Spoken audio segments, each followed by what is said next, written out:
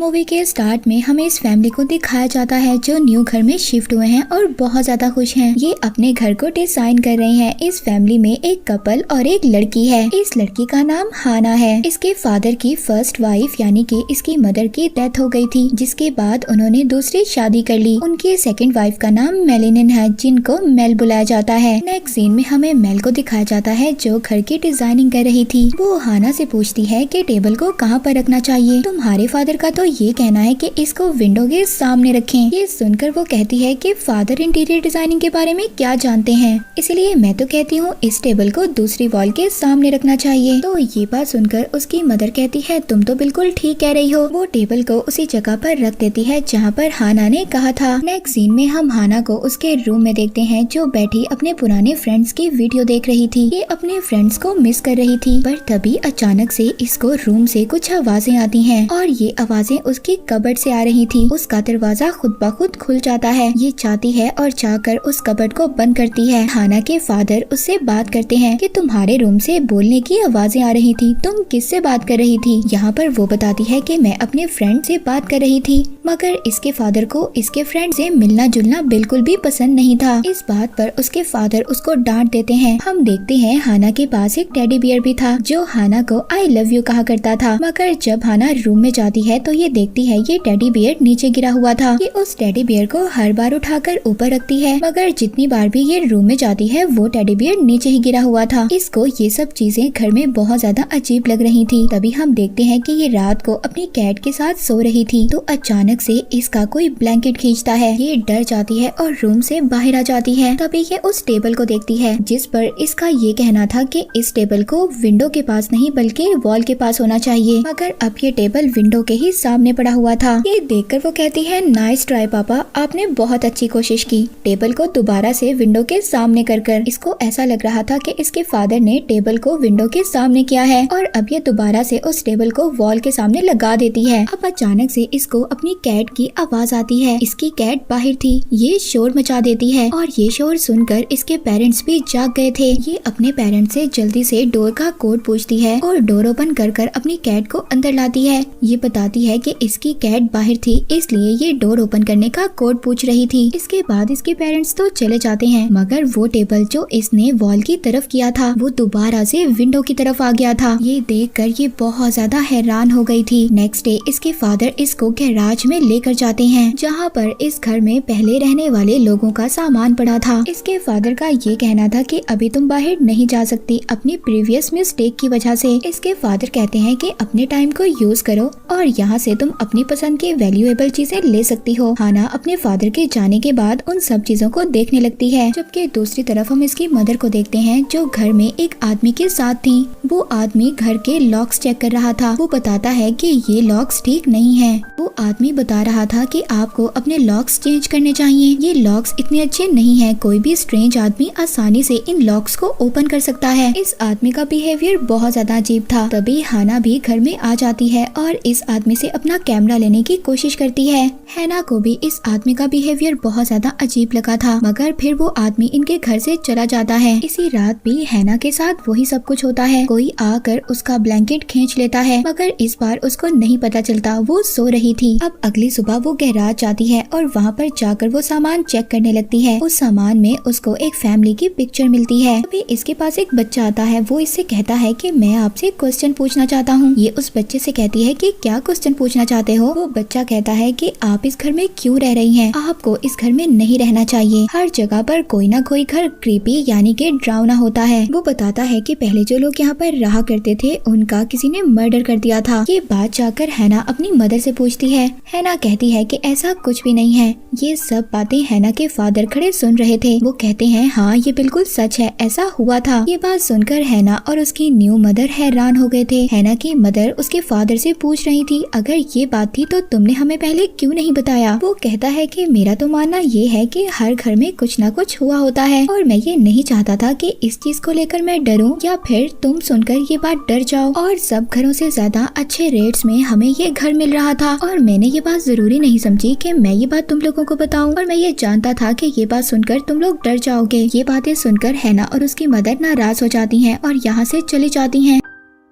हैना को देखते हैं जो न्यूज सुन रही थी। उसी फैमिली के बारे में बताया जा रहा था कि कैसे उस फैमिली की डेथ हो गई। इसमें उनकी बेटी रुबेका के बारे में बताया जा रहा था। उसकी डेड बॉडी उसकी मदर के रूम से मिली, जबकि उसके फादर को लटका दिया गया। रुबेका फोटोग्राफर बनना चाहती थी। न्यूज में हैना उस लड़की की पिक देखती है। उसमें देखती है कि उसने एक नेकलेस पहना हुआ था और वो नेकलेस अभी भी हैना के रूम में था। वो नेकलेस इसको उनके सामान से मिला था। तभी हैना को अपनी कैट की आवाज आती है। ये आवाज स्टोर रूम से आ रही थी, जिसकी तरफ स्टेयर्स जाती थी। तो स्टेयर्स खुद से ओपन हो जाती हैं। ये उन स्टेयर्स पर चढ़कर स्टोर रूम के अंदर चली गई थी। तभी ये देखती है इसके पास कोई खड़ा है, जैसे कोई सांस ले रहा हो। ये बहुत ज्यादा डर जाती है। ये चीखती है। इसके पेरेंट्स भी इसकी आवाज सुनकर इसके पास आ गए थे। ये अपने फादर को बताती है कि ऊपर कोई था। इसके फादर कहते हैं कि तुम टेंशन मत लो, मैं चेक करता हूँ। जब वो चेक करने जाते हैं तो ऊपर तो कोई भी नहीं था। ये आकर कहते हैं हैना ऊपर तो कोई भी नहीं है। हैना के फादर कहते हैं कि मैं जानता हूँ, जब से हैना ने वो मर्डर वाली स्टोरी सुनी है तब से ये ऐसा बिहेवियर कर रही है और इसीलिए मैं नहीं चाहता था कि इस बात के बारे में तुम लोगों को पता चले। इस बात पर हैना के फादर नाराज होकर वहाँ से चले जाते हैं। हैना जब अपने रूम में आती है तो रूम में आकर वो देखती है उसका टेडी बियर गायब था। इसकी वो कबर्ड जो बार बार खुल जाती थी वो भी खुली हुई थी। ये जाकर उस कबर्ड को बंद कर देती है। अब ये फिर से उन लोगों का सामान चेक करने लगती है गैराज में जाकर। तभी ये अपनी साथ वाली नेबर को देखती है और उसके घर में जाकर यहाँ पर रहने वाली पहली फैमिली के बारे में पूछती है। वो बताती है यहाँ पर जो फैमिली रहती थी जिसका मर्डर हुआ, उनकी बेटी काफी नाइस थी और साथ ही में उस आदमी की वाइफ भी बहुत अच्छी थी, पर मैं कभी उनके घर नहीं गई। वो कहती है कि मैं भी उसको वेव कर दिया करती थी,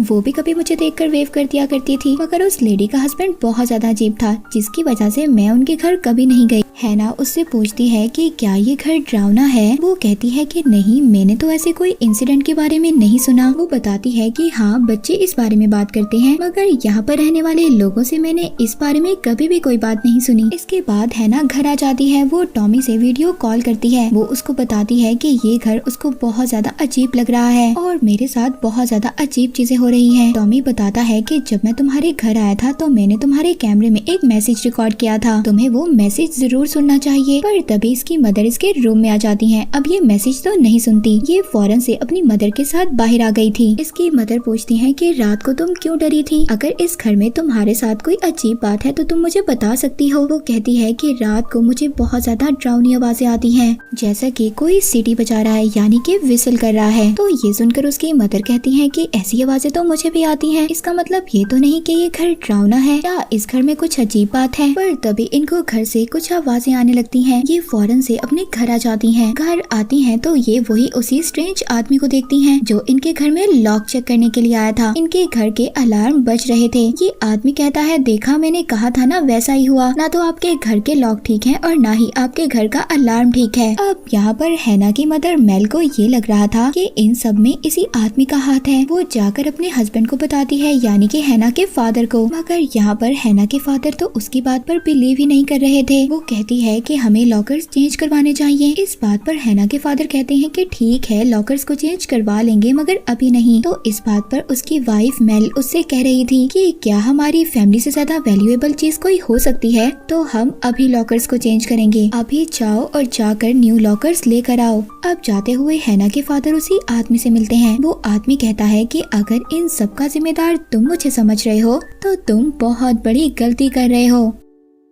इसके बाद हम हैना को देखते हैं जो वही रिकॉर्डेड वीडियो मैसेज देख रही थी जो उसके फ्रेंड टॉमी ने उसके लिए रिकॉर्ड किया था। वो मैसेज देखती है और उसके बाद वो नेक्स्ट वीडियो देखती है। ये वही वीडियो थी जो उस अजीब आदमी ने हैना की वीडियो बनाई थी जब वो उसके घर आया था। इसके बाद ये एक और वीडियो देखती है जो रात के वक्त इसके घर की ली गई थी। जिस आदमी ने ये वीडियो बनाई थी वो बता रहा था कि ये वो जगह है जहाँ पर हम डिनर करते हैं। फिर ये उसके पेरेंट्स के कमरे में जाता है। वो बताता है कि ये वो जगह है जहाँ पर हम सोते हैं। और फिर जब ये हैना के रूम में जाता है तो बताता है ये वो जगह है जहाँ पर हैना सोती है। और जल्दी से हैना इस वीडियो को अपने पेरेंट्स को दिखाती है। जब ये सब वीडियो देखते हैं तो इनको शक हो गया था, ये सब कुछ उसी स्ट्रेंज आदमी ने किया है। हैना के फादर कहते हैं कि मैंने पुलिस में रिपोर्ट करवा दी है, वो इस आदमी को अरेस्ट करेंगे और इससे इन्वेस्टिगेट करेंगे। नेक्स्ट सीन में हमें दिखाया जाता है कि हैना के फादर उसके रूम में जाते हैं, हैना को कार की कीज देते हैं, मगर हैना कहती है कि आपने तो मुझे पनिश पनिश किया था। मेरी पनिश में अभी 2 महीने हैं। हैना के फादर कहते हैं कि तुम्हारे गुड बिहेवियर की वजह से मैं तुम्हारी पनिश को खत्म कर रहा हूँ। हैना बहुत ज्यादा खुश हो जाती है। ये कार ड्राइव कर अपने फ्रेंड टॉमी से मिलने के लिए चली जाती है। इसके बाद हम उसी स्ट्रेंज आदमी को देखते हैं जिसने पहले से ही प्लान किया हुआ था कि जब इनके घर पर कोई नहीं होगा तो ये उनके घर चला जाएगा। और जब ये हैना को देखता है कि वो घर से जा रही है तो वो आदमी इनके घर चला जाता है। और जब हैना टॉमी से बात कर रही थी तो टॉमी उसको ड्रेस कोड बताता है कि किस तरह का उसने ड्रेस पहन कर आना है। अब इसलिए हैना वापस घर की तरफ आ रही होती है, मगर वो स्ट्रेंज आदमी अब हैना के घर पर था। हैना जब घर जाती है तो सीधा अपने रूम में जाती है। हैना नहीं जानती थी कि वो आदमी इनके घर में मौजूद है। वो आदमी हैना को बाहर से ही देख रहा था। तभी हम देखते हैं उसी स्टोर को जिस पर स्टेयर्स ऊपर की तरफ जाती थी। उस स्टोर में से कोई आदमी नीचे उतरता है और फिर वो आदमी जो स्टोर से नीचे उतर कर आया था उसने स्ट्रेंज आदमी यानी कि चोर को तो मार दिया था। उसको मारने के बाद वो दोबारा से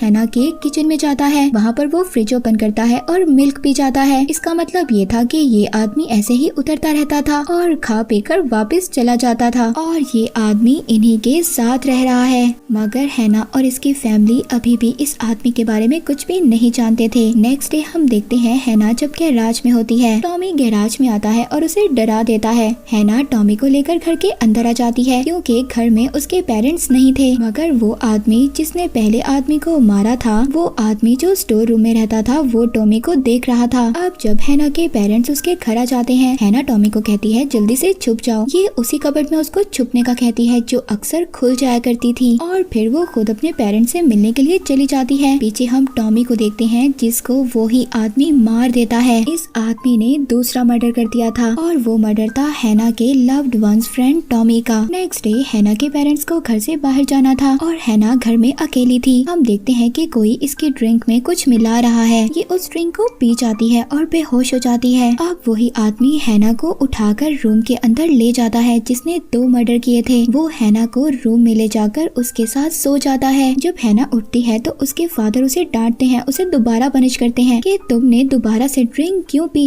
हैना अपने फादर को समझाने की कोशिश करती है मगर उसके फादर कोई भी बात नहीं सुनते। ये वापस रूम में आती है। वहाँ पर ये डायरी को चेक करती है जिसमें इसको एक छुपा हुआ वर्ड मिलता है जो था डेविड। अब ये जल्दी से गैराज में जाती है और वहाँ पर ये चेक करती है ताकि इसको सामान में कुछ और डायरीज भी मिल सके। ये देखना चाहती थी कि शायद वहाँ पर भी कुछ ऐसा वर्ड लिखा हुआ हो। और जब ये डायरी चेक करती है तो उसमें भी सेम वही लाइंस ड्रॉ की गई थी जो कि उस डायरी में ड्रॉ की गई थी जो इसके रूम में पड़ी थी। और डेविड इस डायरी में भी लिखा गया था कि उस गैराज के सामान को रूम में लेकर आती है।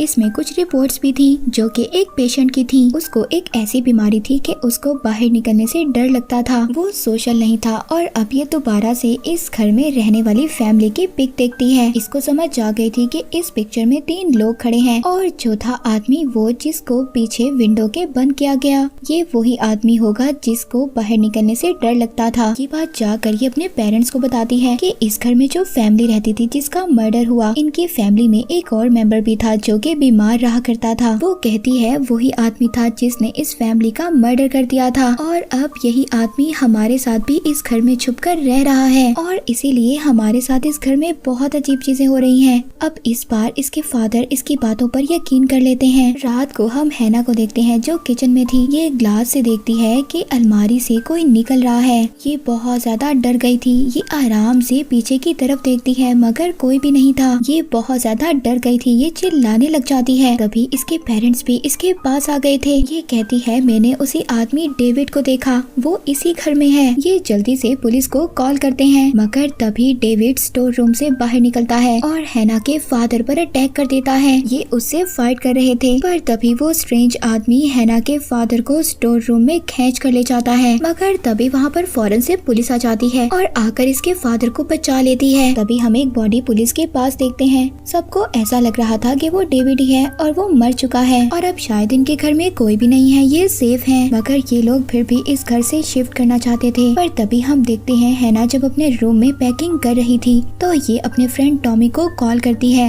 इसको अभी तक ये नहीं पता कि उसका मर्डर हो चुका है और ये उसको कॉल कर इसलिए इन्फॉर्म करना चाहती थी कि कहीं उसका भी मर्डर ना हो जाए। और तभी जब ये उसको कॉल करती है तो आवाज इसकी कबर्ड से आती है, यानी कि टॉमी का सेल इसकी कबर्ड में पड़ा था और देखते ही देखते उस पे पेशेंट ने टॉमी को भी ऊपर की तरफ खींच लिया था और हैना को बांध दिया गया था। उसके पेरेंट्स उसे ढूंढ रहे थे। बार बार हैना अपने पाँव जमीन पर मार रही थी। उसके पेरेंट्स ने हैना की आवाज को सुन लिया था। वो ये समझ गए थे कि हैना इस दीवार के पीछे है और जब इसके पेरेंट्स को ये पता चल गया था कि हैना दीवार के पीछे है तो वो पेशेंट डर गया था। जब वो थोड़ा साइड पर होता है तो हैना अपने हाथ छुड़वा लेती है। ये पूरा स्टोर रूम एक रूफ टॉप की तरह था। ये पूरे घर पर फैला हुआ था। ये इतना तंग था कि इससे बाहर जाने का रास्ता भी हैना नहीं जानती थी। हैना आहिस्ता आहिस्ता आगे बढ़ रही थी। उसके पेरेंट्स को भी इस स्टोर का रास्ता नहीं मिल रहा था। उसकी मदर उसको ढूंढने की कोशिश कर रही थी। घर में ऐसे बहुत सारे खुफिया रास्ते थे जिनके बारे में वो पेशेंट ही जानता था। हैना की मदर मेल ने उसको देख लिया था। वो उसको बाहर आने का कहती है मगर उस पेशेंट ने हैना के सामने ही उसकी मदर को मार दिया था। तभी हैना के फादर आते हैं और उसको वहाँ से निकाल लेते हैं। वो पेशेंट पीछे से आकर हैना के फादर पर भी अटैक कर देता है। अब हैना के फादर की भी डेथ हो गई थी। हैना इस घर से बाहर निकलने की कोशिश करती है। वो घर के दरवाजे के पास थी पर पेशेंट पीछे से उस पर अटैक कर देता है। हैना चाकू से उसको मार देती है और आगे की तरफ बढ़ती है ताकि वो घर का दरवाजा खोल सके मगर वो ये नहीं चाहता था क्योंकि वो बाहर निकलने से डरता था। इसीलिए वो हैना को पीछे से पकड़ लेता है। हैना दरवाजा नहीं खोल पाती पर तभी हम देखते हैं वो एकदम से हैना के ऊपर गिर जाता है और उसको मार देता है। और इसी तरह हैना की फैमिली भी पिछली फैमिली की तरह गायब हो जाती है। इनके बारे में भी किसी को कुछ भी नहीं पता चलता कि इनके साथ हुआ क्या था। और इसी के साथ ये मूवी यहीं पर एंड हो जाती है।